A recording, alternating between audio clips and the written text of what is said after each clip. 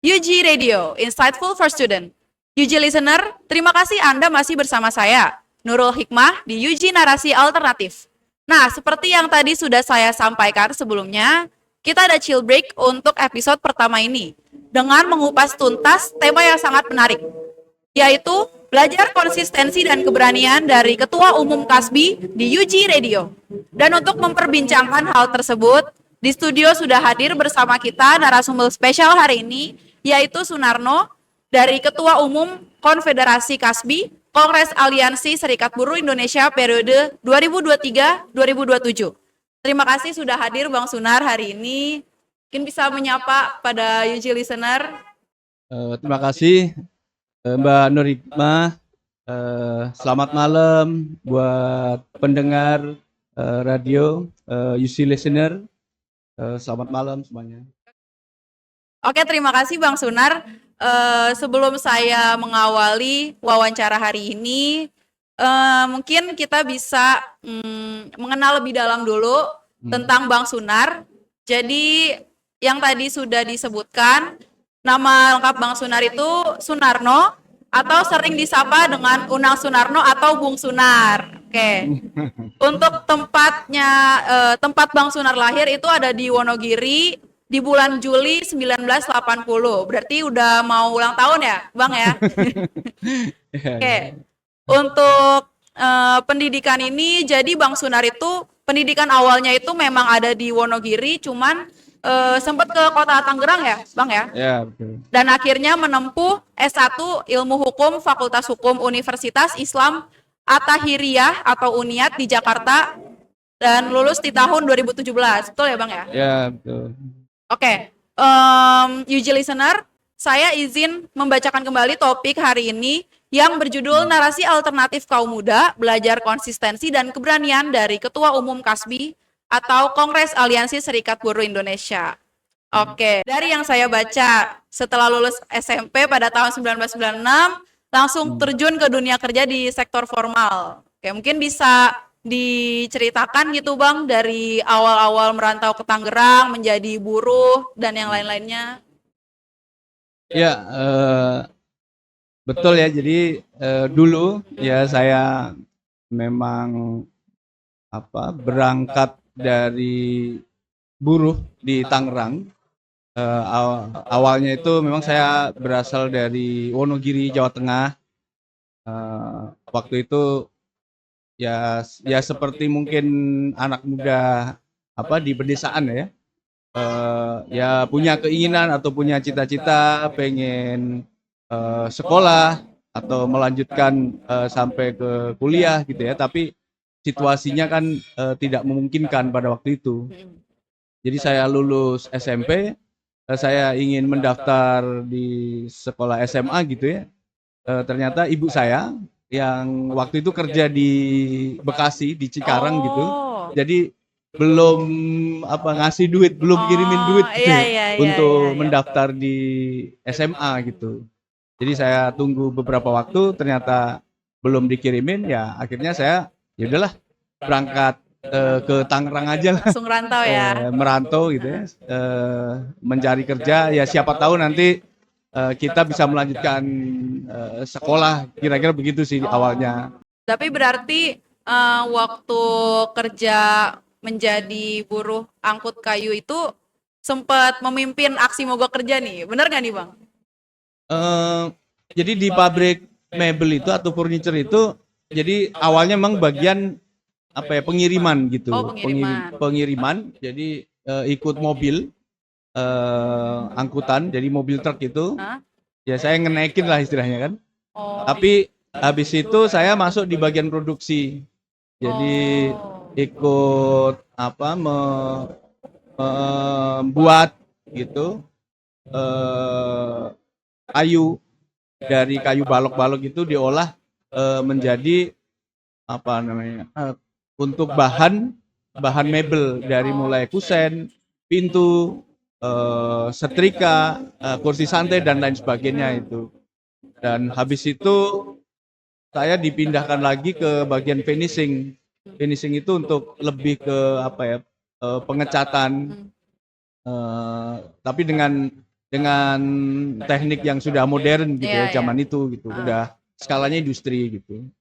Dan kira-kira di awal 98, jadi saya sudah bekerja 2 tahunan itu eh, ada masalah di kawan-kawan buruh atau pekerja pada waktu itu. Iya. Jadi ada yang di PHK secara sepihak gitu karena terlambat masuk kerja. Jadi waktu itu ada teman-teman buruh terlambat masuk kerja 15 menitan lah kayak seingat saya. Langsung. Jadi pihak perusahaan itu langsung mem-PHK. Ada sekitar 3 orang waktu itu. Nah, karena mungkin saya dianggap yang ini juga ya di teman-teman itu Vokal. iya belum buka karena belum tahu serikat. belum tahu ya. Belum tahu serikat zaman Situ, itu gitu. Ya mungkin dianggap mungkin dituakan lah di antara teman-teman yang lain gitu. Ya sudah, akhirnya saya minta semua kawan-kawan untuk bersolidaritas gitu.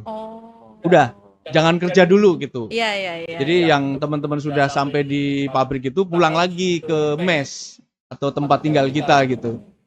Nah, baru siangnya itu kami didatangin oleh pihak aparat kepolisian. Jadi diminta untuk ke kantor, artinya ke pabrik gitu ya. Diminta datang ke pabrik atau ke kantor itu, ke kantornya Big Boss. Kita diinterogasi, kenapa mogok, ya kenapa masalahnya apa gitu ya. Ya artinya kita sampaikan semua. Jadi itu juga sebagai kesempatan kami juga ya pada waktu itu untuk menyampaikan aspirasinya gitu. Karena memang kondisi kerjanya memang nggak bagus. Jadi selain ada PHK sepihak itu, kami juga menyampaikan soal jam kerja. Oh, jam kerja. Ya, jam kerjanya itu waktu itu kan dalam satu hari itu 9 jam. Kan mestinya kalau di undang-undang kan, di undang-undang ketenagakerjaan itu 8 jam dalam satu hari. Umumnya begitu. Overwork berarti ya. Kalau lebih dari 8 jam itu mestinya dihitung lembur. Terus setiap hari Sabtu mestinya kan kami setengah hari kerjanya gitu. Tapi saat itu ya kami full sampai sore gitu, pulang dari jam 8 sampai jam 4. Terus hari Minggu kita libur gitu ya, tapi tidak diupah, tidak digaji gitu. Mestinya kalau di Undang-Undang Ketenagakerjaan itu hari Minggu itu walaupun kita nggak masuk ya karena kita libur, mestinya tetap digaji gitu. Nah, disitulah kami menyampaikan soal waktu kerja ini ya menurut kami nggak sama dengan pabrik-pabrik lain. Iya, gitu. iya. Tidak ideal ya. Ya, lalu juga soal upah. Jadi upahnya itu waktu itu, seingat saya itu rata-rata pekerja itu seminggu 31.500 ya, zaman itu. Padahal standarnya mungkin sudah 60-an ribu per minggu gitu. Akhirnya kami menyampaikan bahwa ini ya ada kekurangan upah ya soal jam kerja gitu ya, terus upah lemburnya nggak ada gitu, terus nggak ada jam sostek, jaminan sosial tenaga kerja. Kalau yang sekarang ini kan BPJS ketenagakerjaan ya, BPJS kesehatan gitu. Kalau zaman itu kan jam sostek, jadi kami tidak didaftarkan di jam sostek. Lalu juga tidak ada seragam kerja. Oh, seragam kerja. Seragam kerja nggak ada, apalagi fasilitas dari atau sarana dari K3. Oh, K3. Keselamatan dan kesehatan kerja. Oh, ya. Baik yang melekat di kawan-kawan pekerja ataupun di dalam perusahaan itu. Jadi memang nggak diperhatikan oleh perusahaan. Ya akhirnya kami menyampaikan itu. Termasuk soal THR yang sangat kecil nilainya gitu. Ya itu akhirnya kita sampaikan semua. Tapi itu terwujudkan itu? Terwujudkan nggak, Bang? Ya diberikan, jadi akhirnya diterapkan. Jadi itu kan namanya hak-hak normatif ya. Betul. Setelah kami pelajari di kemudian hari, oh itu namanya hak normatif gitu, yang diatur dalam undang-undang yang mestinya perusahaan-perusahaan itu memberikan gitu, tanpa harus kita minta. Betul. Kalau yang non normatif yang lain pada waktu itu, jadi kan itu pabrik mebel itu ini ya, ada bahan-bahan kimia, debu dari kayu, bekas gergaji dan lain sebagainya gitu ya. Itu kan berpengaruh kepada kesehatan dari teman-teman buruh atau pekerja. Kami menyampaikan, jadi selain kami nuntut soal suplemen atau vitamin atau gizi gitu ya, perbaikan gitu ya. dan itu diberikan. Jadi per orang atau per pekerja itu dalam 1 minggu dikasih apa namanya, susu kaleng. Susu kaleng itu 3, jadi per orang gitu. Kalau sebulan kan berarti kan berapa tuh? 12. Ya itu kan lumayan juga Iya, gitu. iya. Artinya buat teman-teman gitu. Karena memang kondisi di lingkungan pabrik itu memang berdebu dan penuh dengan bahan kimia Iya, juga. iya. Dan itu diberikan. Diberikan. Oke. Ya itu keberhasilan juga gitu.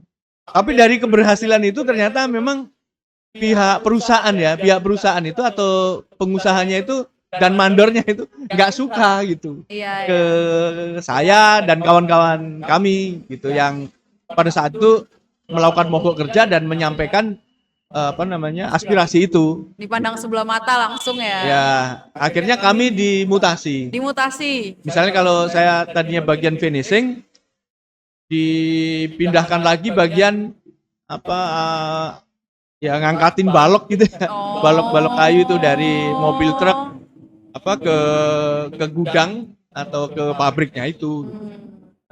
Saat itu ya saya merasa nggak kuat juga. Iya, Saya iya. 2 minggu nggak kuat, ya saya keluar. Maksudnya keluar aja gitu. Oh, langsung. Karena memang belum berserikat zaman itu. Iya, iya, iya. Berarti dari perjalanan apa ya?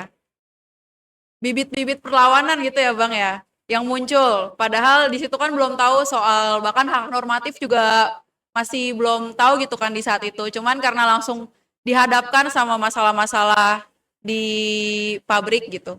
Di situ akhirnya Bang Sunar ini di tahun 98 ya? Tahunnya Ya, sama. di awal-awal 98. 98. Itu bergabung dengan Formatam. Bener nggak tuh, Bang? Ya, jadi saat itu kan awal-awal 98. Jadi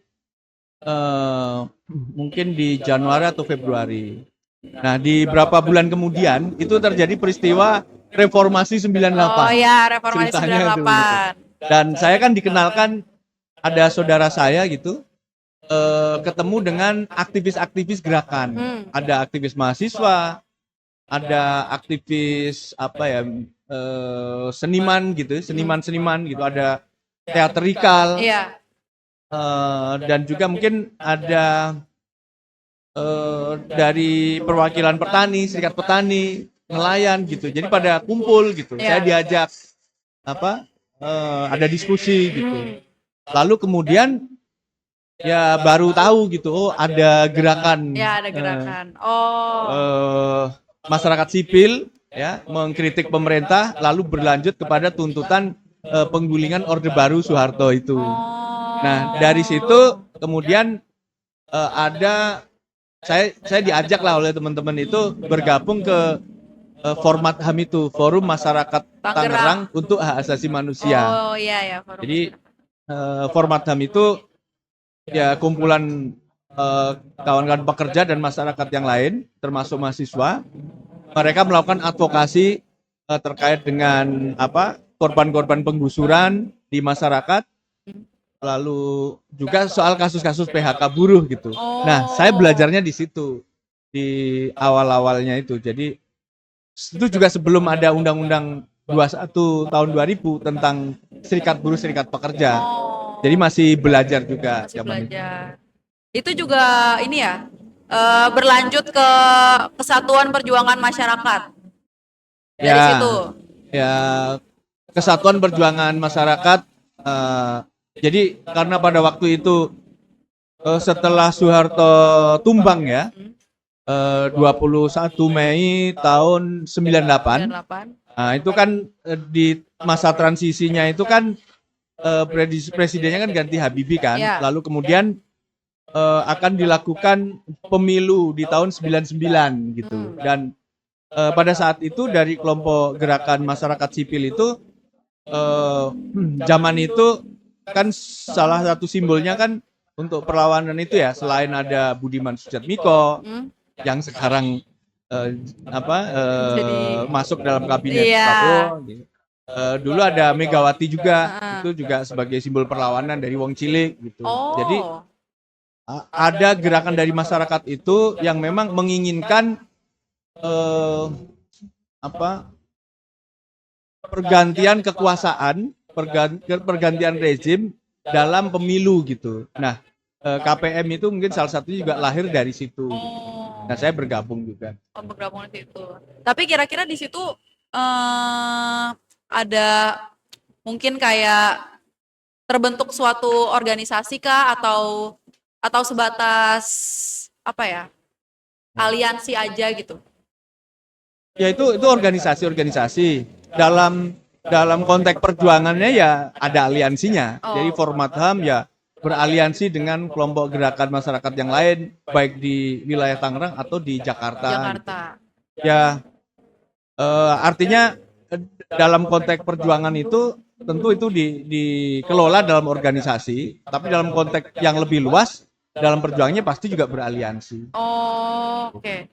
Baru ada desakan kita juga kepada pemerintah terkait dengan kebebasan berserikat gitu. Oh. Jadi agar apa? Para buruh atau pekerja yang pada waktu itu memang serikat buruh kan hanya beberapa aja ya. Setahu saya ya pasca peristiwa 6566 itu serikat buruh kan dikonsolidasikan Iya. untuk mendukung pemerintahan Orde Baru gitu. Tapi di kemudian hari mungkin tahun 90-an ke atas gitu sudah mulai ada serikat buruh. Oh. Tapi ya mulai menjamur itu sejak ada Undang-Undang Nomor 21 tahun 2000. Ya, akhirnya kami juga membentuk serikat buruh. Oh, ya berarti itu nyambung tuh. Di tahun 2001 kalau nggak salah nih, Bang. Ya, Itu mendirikan dan mengurus Serikat Buruh Nusantara. ya. Ya, di mana ia sempat menjabat sebagai ketua umum. Ya, Serikat Buruh Nusantara itu di Tangerang. Jadi itu organisasi buruh yang terdiri dari keanggotaannya ya, buruh-buruh lintas sektor dari berbagai macam perusahaan gitu ya. Oh. Baik secara individu atau tingkat perusahaan. Kalau di awal-awal proses pembentukannya itu memang masih individu ya. Jadi buruh yang bekerja di pabrik apa. Jadi belum bisa kita bentuk tuh di pabrik-pabrik iya, itu, iya, masih iya. individu aja. Masih individu Jadi aja. kita bentuk, lalu di kemudian hari kita berhasil membentuk satu PUK atau satu pengurus tingkat perusahaan dan akhirnya berkembang jadi 5, jadi 10, jadi 20 dan seterusnya. Berarti dari situ tuh menjadi salah satu inisiator lah ya, Bang, untuk pembentukan Komite Aksi Serikat Buruh Independen. Ya, Kasbi. Ya, Komite Aksi Serikat Buruh Independen itu cikal bakal dari Konfederasi Kasbi. Jadi cikal bakal dari Konfederasi Kasbi. Jadi Konfederasi Kasbi itu dibentuk oleh berbagai macam federasi yang dibentuk di tahun 2000-an tadi, ada undang-undang baru tadi gitu. Di berbagai kota ya, setidaknya Jakarta, Tangerang, Bandung, Solo, Semarang, Surabaya, Malang, Lampung, Palembang gitu ya. Yang itu serikat-serikat buruh independen yang belum punya afiliasi secara nasional gitu. Yang lahirnya kurang lebih itu di awal-awal 2000-an tadi. 2000-an tadi. Oh. Jadi itu cikal bakal untuk membentuk Konfederasi Kasbi. Karena kita berangkat dari evaluasi kepemimpinan gerakan buruh secara nasional itu mengalami kemunduran. Jadi banyak berdiri serikat buruh gitu ya. Tapi dalam konteks perjuangan itu ya kita masih banyak hambatan gitu, banyak tantangan gitu. Bahkan perjuangannya itu kita masih belum bisa bersatu. Makanya terpecah belah ya. Salah satu cita-cita membangun Konfederasi Kasbi itu menyatukan dari serikat-serikat buruh independen di berbagai daerah di Indonesia. Oh, begitu. Menyatukan suara gitu ya. Ya, menyatukan suara dan perjuangannya. Berarti dari situ bisa dibilang Abang nih salah satu orang yang membentuk Kasbi juga. Ya, gitu. salah satu pembentuk atau pelopor dalam pembentukan Kasbi. Baik di Serikat Buruh Nusantara yang federasi di lokal Tangerang ataupun pembentukan konfederasi Kasbi. Kasbi, itu serikat buruh skala nasional Skala gitu. nasional. Oh. Jadi lebih dulu Serikat Buruh Nusantara, baru kemudian membentuk Dengan konfederasi Konfederasi Kasbi. Kasbi. Oke. Mungkin ini karena udah lumayan lama nih Bang durasinya, agak saya percepat dikit Bang. Ya, ya boleh, boleh. Mungkin bisa diceritakan nih soal perjalanan-perjalanan waktu ada di dalam Konfederasi Kasbi kayak tahun 2008 aksi menolak SKB 3 Menteri pernah dikeroyok dan ditangkap polisi karena berusaha melindungi kawan-kawan buruh perempuan. Itu bisa diceritakan?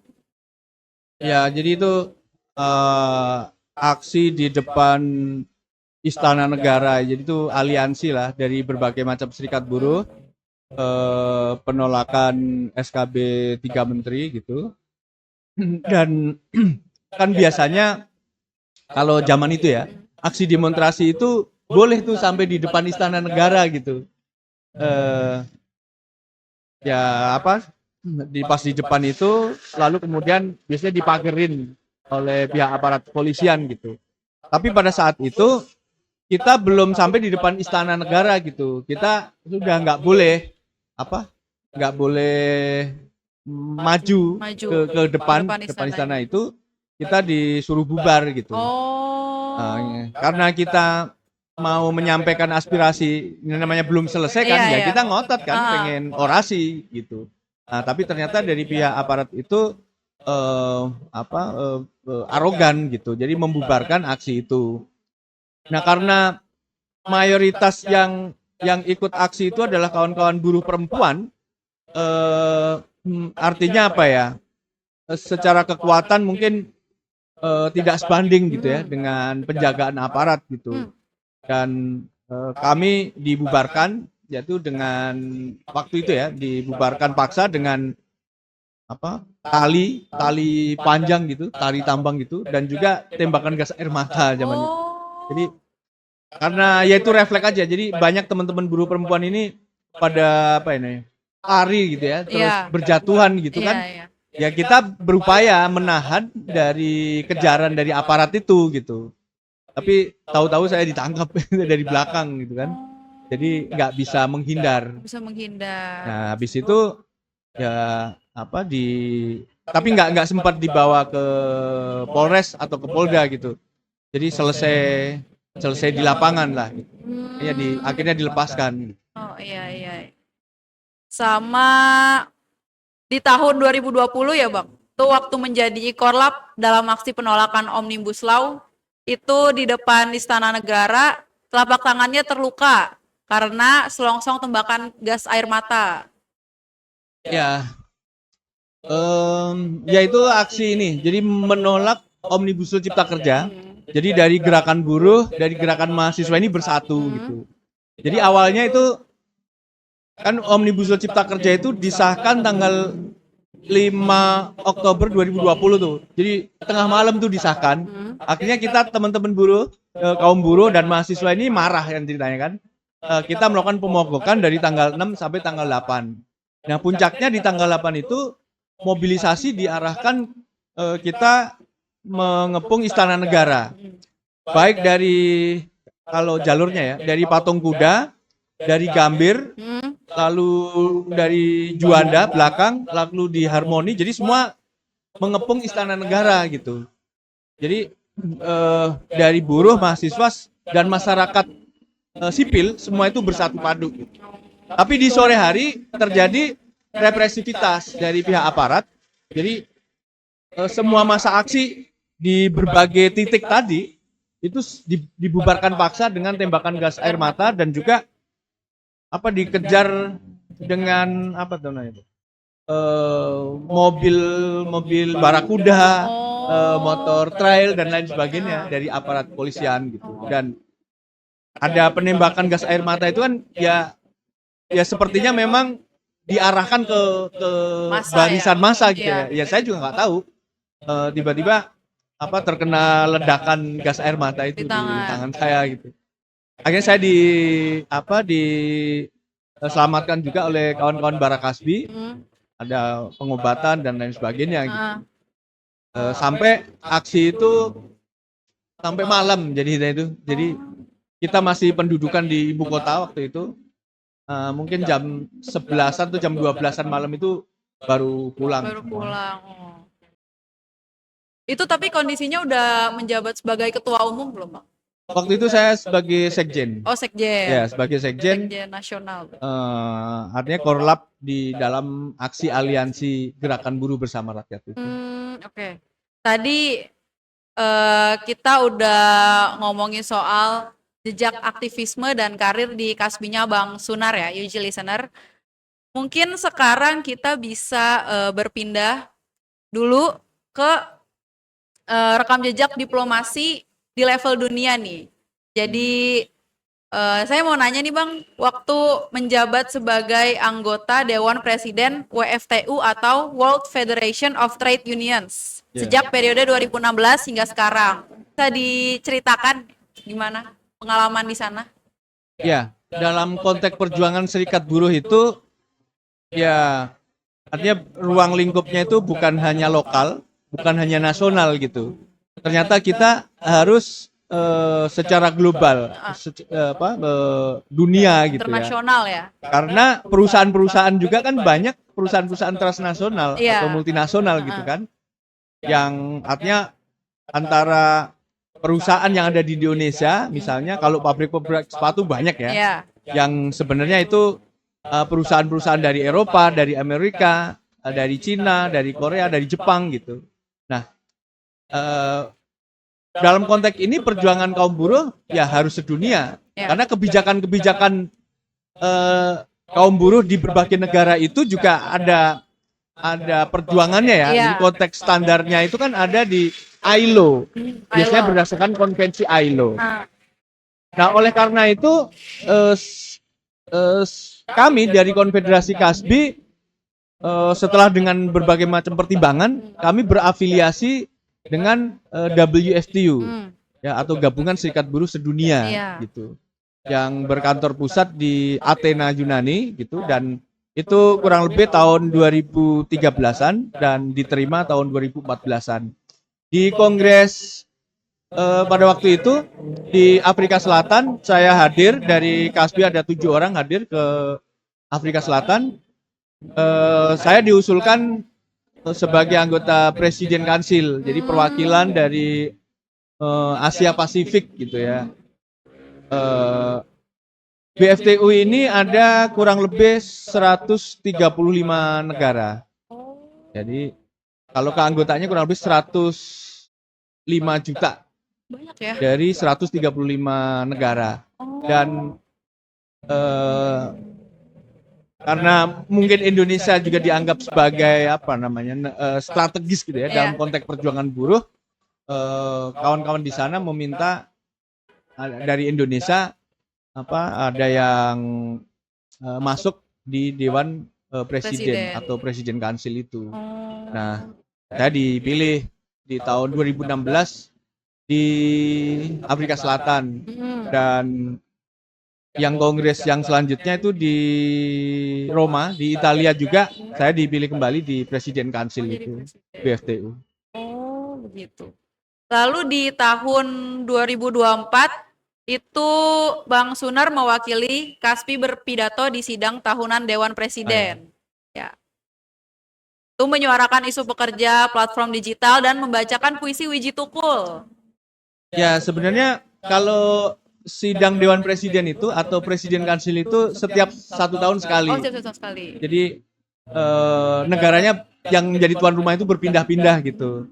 Termasuk mungkin di Brasil, di Vietnam, di Siprus, misalnya di Nepal, di India, dan juga negara-negara lain gitu ya. Dan di setiap kesempatan di sidang Presiden Council itu kan setiap anggota Presiden Council diberikan waktu untuk menyampaikan pandangan gitu ya terkait dengan situasi di negara masing-masing gitu ya. Ya, terutama kalau saya sering menyoroti soal minimnya jaminan kepastian kerja ya di Indonesia gitu Iya. ya. Terus upah yang sangat murah, sistem kerja yang buruk gitu ya. Lalu undang-undang Omnibus Law Cipta Kerja yang merugikan kawan-kawan buruh. Mm. Lalu juga kondisi pekerja rentan itu biasanya kawan-kawan pekerja muda yang bekerja di industri gigs gitu ya atau platform digital gitu ya, yang mereka itu tidak memiliki jaminan kepastian kerja Iya. karena statusnya ini mitra, Iya, iya. kontrak, pekerja kontrak, outsourcing, Kayak harian ngambang lepas, gitu ya. borongan, Heeh. bahkan juga sistem magang. Jadi mereka tidak diberikan hak-haknya yang sebagaimana diatur dalam ketentuan Undang-Undang Ketenagakerjaan. Upahnya di bawah standar, jaminan sosialnya nggak ada, lalu kerjanya panjang ya, waktunya itu panjang gitu. Artinya teman-teman kita ini secara kesejahteraannya itu terbalik dengan pekerja tetap atau pekerja permanen gitu, yang di pabrik-pabrik atau di industri yang lain. Jadi di industri gigs, gig ekonomi atau pekerja platform ini memang yang harus kita perjuangkan. Termasuk yang di konferensi ILO di Geneva di tahun 2025 kemarin saya juga hadir menyampaikan itu. Iya, iya. Perjuangan pekerja platform. Lalu di 2026 kemarin ini tanggal 1 Juni sampai 12 Juni kemarin ini saya juga hadir juga di Geneva. Kebetulan saya ditunjuk di koordinator delegasi pekerja Indonesia di Komite Pekerja Platform. Jadi kita berhasil memenangkan perjuangan kawan-kawan di pekerja platform dengan dibuatnya atau diputuskannya konvensi ILO 193. Jadi untuk melakukan perlindungan terhadap para pekerja platform tentang kebebasan berserikatnya, tentang jaminan sosial, jaminan kepastian kerja, terus transparansi soal algoritma ya, lalu juga soal upahnya, waktu kerjanya, ya semua itu harus dilindungi gitu, sesuai dengan undang-undang ketenagakerjaan di masing-masing negara.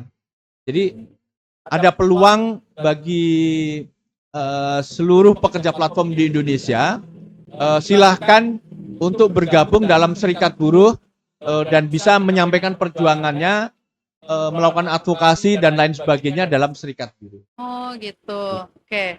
Berarti memang perjuangan Bang Sunar nih nggak cuma nasional doang tapi internasional juga ya Bang. Sampai tadi terwujudkannya ILC ya? Iya, konvensi ILO 193 yang soal platform pekerja platform digital itu ya. Oke. Mungkin aku langsung ke pesan penutup aja kali ya. Apa ya Bang? Oke. Jadi kan mengingat gitu ya, pendengar podcast radio ini itu kan mayoritasnya mahasiswa dan dosen ya dari Universitas Gunadarma. Mungkin dari Bang Sunar itu bisa kasih pesan buat para mahasiswa dan generasi muda kelas pekerja dalam menghadapi masa depan dunia kerja yang penuh sistem fleksibilitas tanpa jaminan kepastian ini. Kira-kira pesannya apa gitu Pak? Ya, buat kawan-kawan mahasiswa, kaum muda, juga para akademisi ya, guru, dosen dan lain sebagainya, isu ketenagakerjaan atau isu perburuhan ini adalah isu global yang memang harus diperjuangkan bukan hanya serikat buruh, tapi juga para kaum muda, akademisi atau para intelektual untuk bagaimana bisa bersolidaritas, bergotong royong dalam perjuangan. Karena apa? Kita tahu semua, artinya kita menyadari betul bahwa kaum muda yang ke depan ya itu tentu juga akan banyak yang bekerja entah di pabrik, entah di perusahaan-perusahaan, di kantor, di apa namanya, di bank, Iya. dan lain sebagainya Iya, gitu ya ya. banyak. Dan pasti akan berhadapan dengan aturan atau mekanisme di dalam bekerja. Ya. Yang perlu diperhatikan adalah bagaimana supaya dipelajari tentang aturan-aturan hukum ketenagakerjaan sehingga teman-teman ketika bekerja nanti tidak dilanggar hak-haknya. Jadi upahnya juga harus layak, Layak. perlindungan jaminan sosial atau jaminan kepastian kerja, terus apa soal waktu kerja, jam kerja dan lain sebagainya, yaitu memang kewajiban yang harus diberikan oleh perusahaan-perusahaan gitu. Jadi bagaimana caranya ke depan, karena sekarang ini kan mayoritas dari angkatan kerja ya di Indonesia ini ada 154-an juta Oh. angkatan kerja di Indonesia itu, yang 7 juta ini belum bekerja atau dikategorikan masih nganggur gitu ya, pengangguran gitu ya.